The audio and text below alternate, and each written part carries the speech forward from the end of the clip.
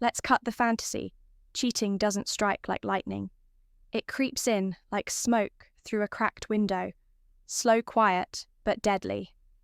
By the time you notice, it's already in your lungs. What nobody tells you is this: a woman who cheats never does it cleanly. She always leaves behind fingerprints on your routine, your peace, your gut. Most men ignore them. They explain them away. But the truth, you saw it, you just didn't want it to be true. This video isn't about paranoia, it's about patterns. If you've ever felt that numb ache, that tightness in your chest that whispers, "She's slipping," this one's for you. Let's track the signs. Sign number 1, she disconnects but keeps smiling. She doesn't leave, she lingers. That's what makes it confusing. You still see her every day, she says good morning, but doesn't look up. You ask how she's doing, and she says, "I'm fine," like a reflex, not a truth. But there's a shift, a quiet one. Subtle Stoics feel it. Before anyone else, she's present. Yeah, but her spirit is somewhere else. The laughter she used to share with you, now it feels rehearsed. The eye contact, brief, guarded, hollow. You crack a joke, she smiles. But not with her eyes, not with her body, not with the joy that once made her glow in your presence. It's the kind of smile you give a stranger in an elevator. She says she's just tired, that work has been stressful, that she needs space. But those are words designed to buy time, not build connection. And deep down, you know it. Not because you're emotional, but because you're observant. A Stoic man doesn't ignore patterns just because they're inconvenient. He watches without needing proof. He listens beyond what's being said and what you're hearing. What you're feeling is this: she's already begun detaching, not in the way that causes arguments, not in the way that leaves suitcases by the door, but in the way that makes love feel like a job, like presence has become performance. Because when a woman's emotional currency is being spent elsewhere, she has to ration what's left for you, and what remains just enough to keep things normal. Just enough to stop you from asking questions. Just enough to keep you from walking away first. But you're not crazy, you're not insecure. You're witnessing the quiet corrosion of intimacy. And if you stay silent about it, you'll start to disappear too, not from her life, but from your own sense of worth. That's how emotional betrayal begins, not with lies, but with the slow death of truth. Sign number 2, she starts hiding in plain sight. She doesn't slam doors, she doesn't yell, she just gets quiet selectively. You used to know everything, even the small, forgettable things, the annoying co-worker, the weird dream she had what she ate for lunch. Now, her life has compartments, and you're no longer invited into all of them. She still talks, but only when it's convenient, only when the story is safe, only when it serves a version of herself. She wants you to see that's the first shift, the second the phone. It used to be just a device left on the table, forgotten on the bed. Now it's always in her hand, face down, notification, silenced. She angles it away from you when she types. You didn't ask for her password. You didn't accuse her of anything. But somehow she's already on the defense. And if you so much as ask, she'll say, "You're paranoid, insecure too. Controlling, but a Stoic man knows truth, doesn't fear observation. If something is real, it doesn't need a shield. If love is honest, it doesn't hide behind privacy, because when someone truly values peace, they don't plant seeds of suspicion and call it your problem." This isn't about control. It's about contrast between who she used to be, open, expressive, transparent, and who she's becoming now, guarded, evasive, careful with the details. That's not growth. That's concealment. And concealment always has a reason. Cheating doesn't begin with a kiss. It begins with the eraser of access. One missing detail, one quiet shift, one locked door in a house you used to have the keys to. And the worst part, she wants you to question yourself. Not her. Because as long as you keep blaming your instincts, She never has to explain her behavior, but the Stoic man doesn't need proof. He only needs pattern, and when someone starts living two lives, you're not imagining it. You're just the one left out of the second one. Sign number 3. Her body stays, but her intimacy doesn't. You still share a bed, but it doesn't feel like home anymore. The warmth is gone, the rhythm is off. Something invisible now lives between you. A barrier. Some nights she turns away without a word. Other nights she initiates, but it feels forced, too intense, too performative, like she's trying to prove something or hide something, and you're left wondering which is worse. The silence that makes you feel unwanted, or the passion that doesn't feel like it's meant for you. Here's the truth. Most men avoid when a woman is cheating emotionally or physically. Her intimacy with you changes always.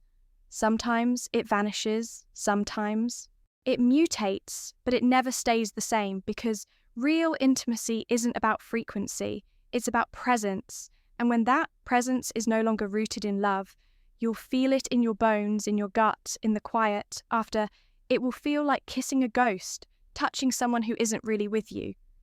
Like your body is being borrowed, but not cherished. And when you bring it up, she'll say, "You're imagining things. I'm just tired. You're being too sensitive, but you're not. You're paying attention."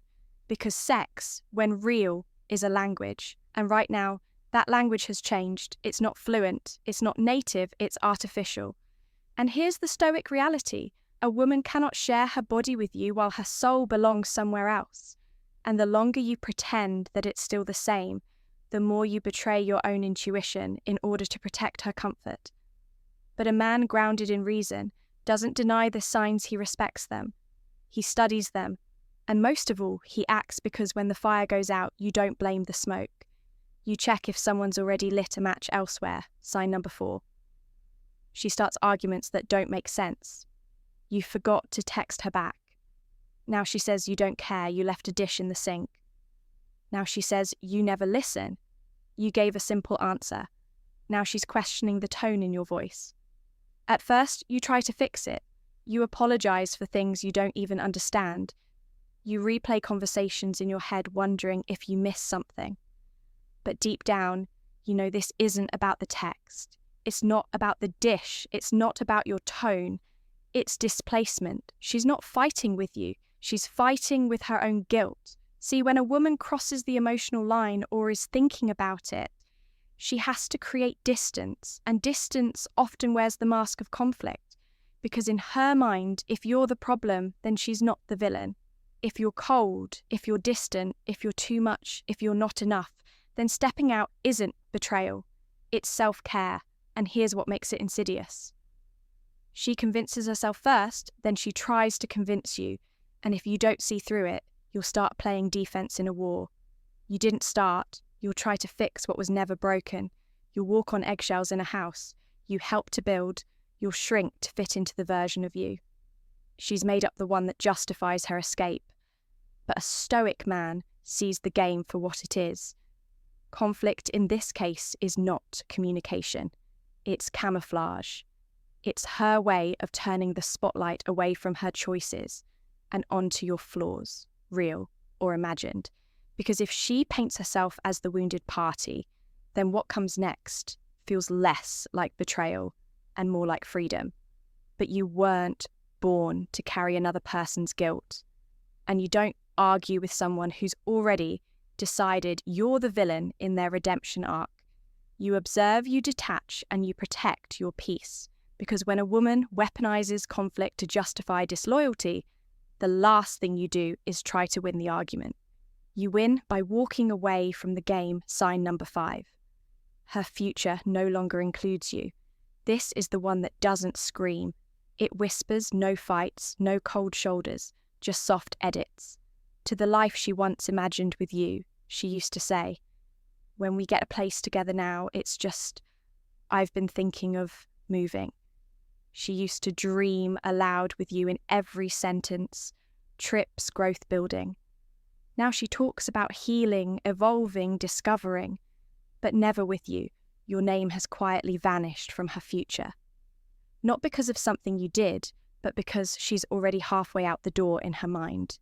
And here's the part that breaks most men. She's not asking you to leave. She's just making sure you stop feeling at home. No more plans, no more us, just space. She's not inviting you into when you ask about it. She says you're being dramatic, that you're insecure, that you're reading too much into it. But the Stoic man knows. People don't fantasize about leaving unless they've already started to go first. Emotionally, then mentally, then physically. By the time she tells you it's not a decision, it's a confirmation, because she's been practicing this departure for weeks, maybe months. Every conversation where she said, "I just need time," wasn't a request, it was a countdown. And every day you stayed hoping for warmth. She was adjusting to the cold. That's why her hugs feel mechanical. That's why her eyes avoid yours. That's why your presence feels tolerated, not treasured. And here's the final cut. She's not confused. She's rehearsing. She's removing you from her future before she removes herself from your present. And if you don't accept the exit she's already planned, you'll end up haunting a relationship that doesn't exist anymore. But a grounded man doesn't beg, he doesn't chase, and he doesn't sit in a space where he's being emotionally evicted, because dignity isn't loud. It just quietly walks away while the other person still thinks they're in control. Let's make something clear. Cheating doesn't begin in the bedroom. It begins in the silence, in the unanswered questions, in the smiles that don't reach her eyes, in the "I'm fine. That doesn't feel fine at all." It begins the moment she starts rationing her affection and you start convincing yourself. It's enough a woman doesn't cheat the day she's with another man. She cheats the day she disconnects from you and chooses not to come back. The signs were always there, you just kept calling them phases. But a Stoic man doesn't chase illusions. He doesn't argue with energy that's already gone. And he never begs for a seat at a table where he's no longer being served. Because once you abandon your own self-respect to keep someone close, you've already lost more than the relationship you've lost yourself. So here's the final truth. If she had to betray you to find herself, she was never really yours. If this spoke to your gut, if it cleared the fog you've been pretending isn't there, comment clarity, because clarity isn't pain. It's freedom. And if you're done guessing, doubting, and second-guessing your instincts, subscribe. Because around here, we don't chase shadows. We sharpen minds and we never fear the truth.